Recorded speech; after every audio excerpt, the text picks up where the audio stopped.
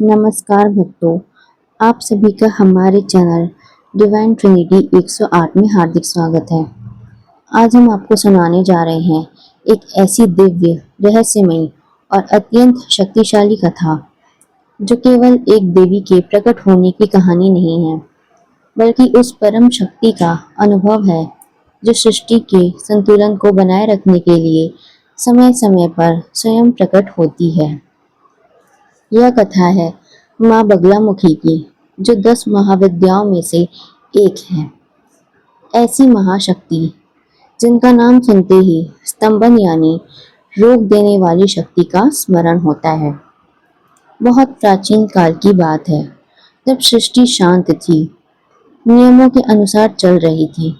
देवता अपने अपने कार्यों में लगे थे और मनुष्य भी अपने कर्मों के अनुसार जीवन जी रहे थे। लेकिन धीरे धीरे एक ऐसा समय आया जब प्रकृति का संतुलन बिगड़ने लगा।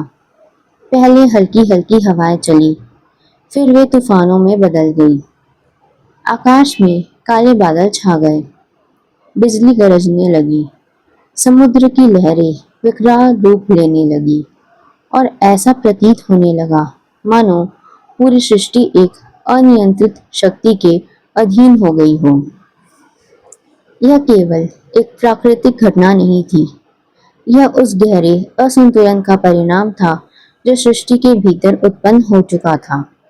यह एक संकेत था कि कहीं न कहीं अधर्म की शक्ति बढ़ रही है और संतुलन टूट रहा है। देवता इस स्थिति को देखकर अत्यंत चिंतित और भयभीत हो गए। उन्होंने अपने अपने स्तर पर इस संकट को रोकने का प्रयास किया, लेकिन कोई भी शक्ति इस प्रचंड विनाश को रोक नहीं पा रही थी।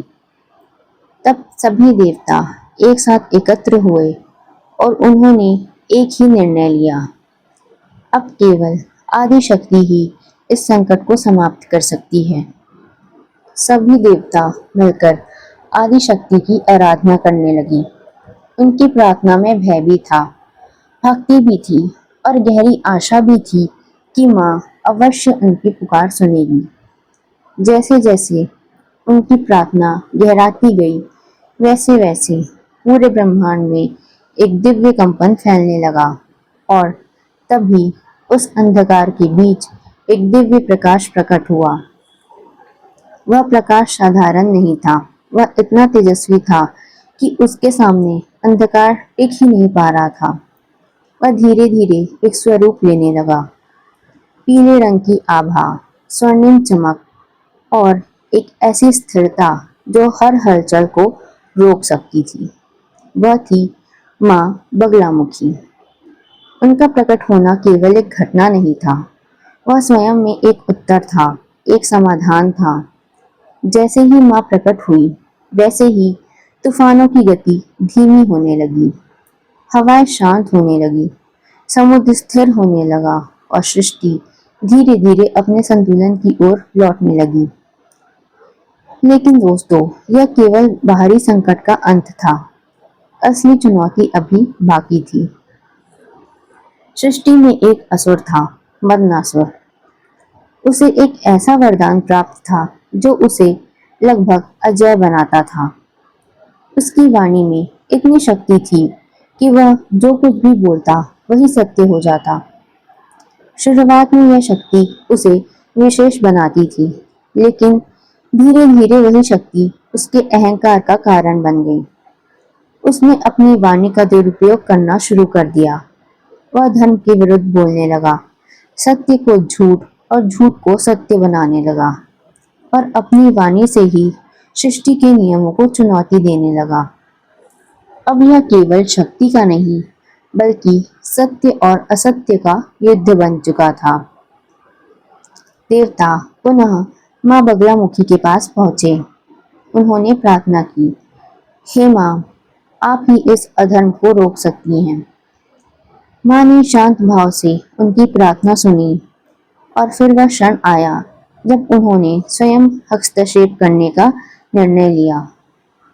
जब माँ बगलामुखी मदनासुर के सामने प्रकट हुई तो उनका रूप अनंत तेजस्वी, दिव्य और साथ ही भयावह था। उनके चारों ओर एक ऐसी ऊर्जा थी जो किसी भी शक्ति को निष्क्रिय कर सकती थी। बदमाशुर ने अपनी वाणी की शक्ति का प्रयोग करना चाहा, लेकिन इस बार वह असफल रहा। माँ ने तुरंत उसकी जीभ पकड़ ली। वह क्षण संपूर्ण सृष्टि के लिए एक टर्निंग पॉइंट था। जिस वाणी से वह सृष्टि को नियंत्रित कर सकता था, वही वाणी अब पूर्णतः स्तब्ध हो चुकी थी। माँ ने अपनी गदा उठाई और उस अहंकार को पूरी तरह नियंत्रित कर लिया। मन्नासुर अब असहाय था। उसकी शक्ति समाप्त हो चुकी थी। उसका अहंकार टूट चुका था। उसने माँ से क्षमा मांगी और जीवन दान की प्रार्थना की।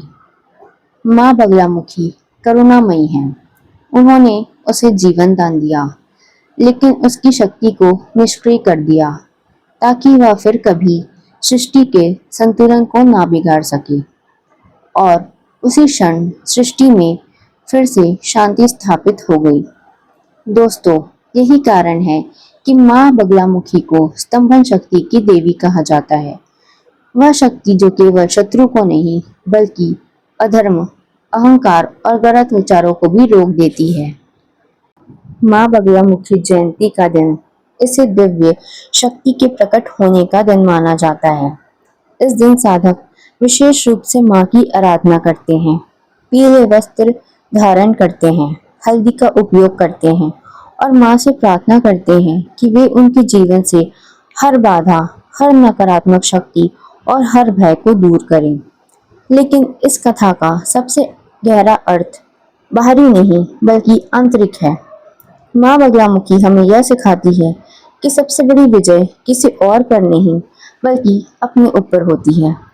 जब हम अपनी वाणी को नियंत्रित कर लेते हैं, जब हम अपने विचारों को स्थिर कर लेते हैं और जब हम सही समय पर मौन रहना सीख लेते हैं, तभी हम अपने जीवन के असली विजेता बनते हैं। तो इस बगलामुखी जयंती पर केवल पूजा ना करें, बल्कि इस शक्ति को अपने जीवन में उतारें। अपने शब्दों को शक्ति बनाएं, अपने मन को स्थिर बनाएं और अपने जीवन को संतुलित बनाएं। अगर आपको यह दिव्य कथा पसंद आई हो, तो वीडियो को लाइक करें, शेयर करें और चैनल डिवाइन ट्रिनिटी 108 को सब्सक्राइब जरूर करें। जय माँ बगलामुखी।